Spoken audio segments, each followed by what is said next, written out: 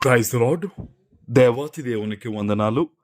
ప్రభు నామమున మీ అందరికీ నా ప్రత్యేకమైన వందనాలు, శుభాలు తెలియచేస్తున్నాను. ఈ దినము కొరకు ఏర్పాటు చేయబడిన దేవుని వాగ్దానము 128వ కీర్తన 5వ వచనము. సియోనులో నుండి యెహోవా నిన్ను ఆశీర్వదించును, నీ జీవిత కాలమంతయు యెరూషలేమునకు క్షేమము కలుగుట చూచెదవు. దేవుని నామానికి మహిమ కలుగునుగాక. ఈ ఉదయకాల సమయంలో, ఈ విశ్రాంతి దినాన సర్వోన్నతుడైన నీ తండ్రి గొప్ప వాగ్దానాన్ని తన బిడ్డవైన నీకిస్తూ ఉన్నారు. ఆమేన్. సియోనులో నుండి యెహోవా నిన్ను ఆశీర్వదించును. మన జీవితంలో ఎదురు చూస్తా మనం, దేవా మమ్మల్ని దీవించు, మమ్మల్ని ఆశీర్వదించు, నీ వెలుగు మా మీద ఉదయింపు చేయి ప్రభువా, మమ్మల్ని నడిపించు ప్రభు అని దేవుణ్ణి మనం వేడుకుంటూ ఉంటాం. అవును కదా?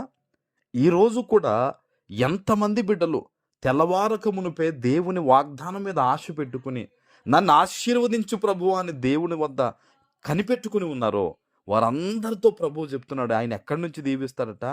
సియోనులో నుండి యెహోవా నిన్ను ఆశీర్వదించును. గొప్ప వెలుగు నీ మీద ప్రకాశింపబోతూ ఉంది ఈ ఉదయకాల సమయంలో. నూతనమైన దీవెన, నూతనమైన కృప ఈ విశ్రాంతి దినాన్న, ఈ ఉదయకాల సమయంలో నీ తండ్రి నీకు ఇవ్వబోతూ ఉన్నారు. ఆమేన్.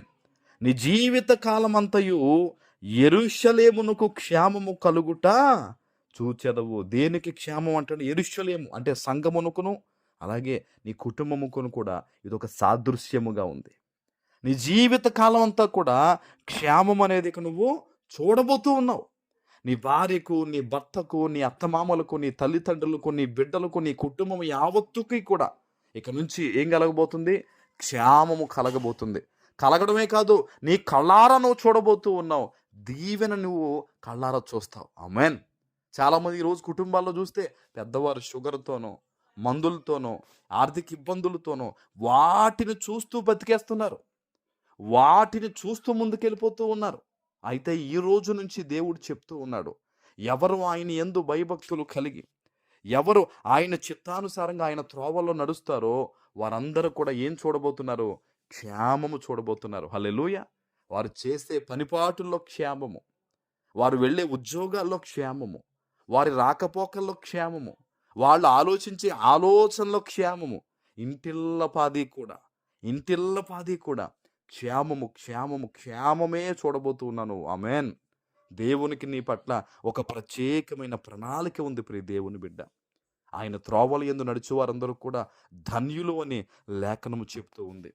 మీకు సమయం ఉన్నప్పుడు కీర్తన 128వ కీర్తన ఒకసారి మొదటి వచనం నుంచి చదవండి. ఈరోజు దేవుడు ఎంత గొప్ప వాగ్దానం నీకు ఇచ్చాడో, ఎంత గొప్ప ధన్యత నీకు ఇస్తూ ఉన్నాడో నీకు అర్థమవుతుంది.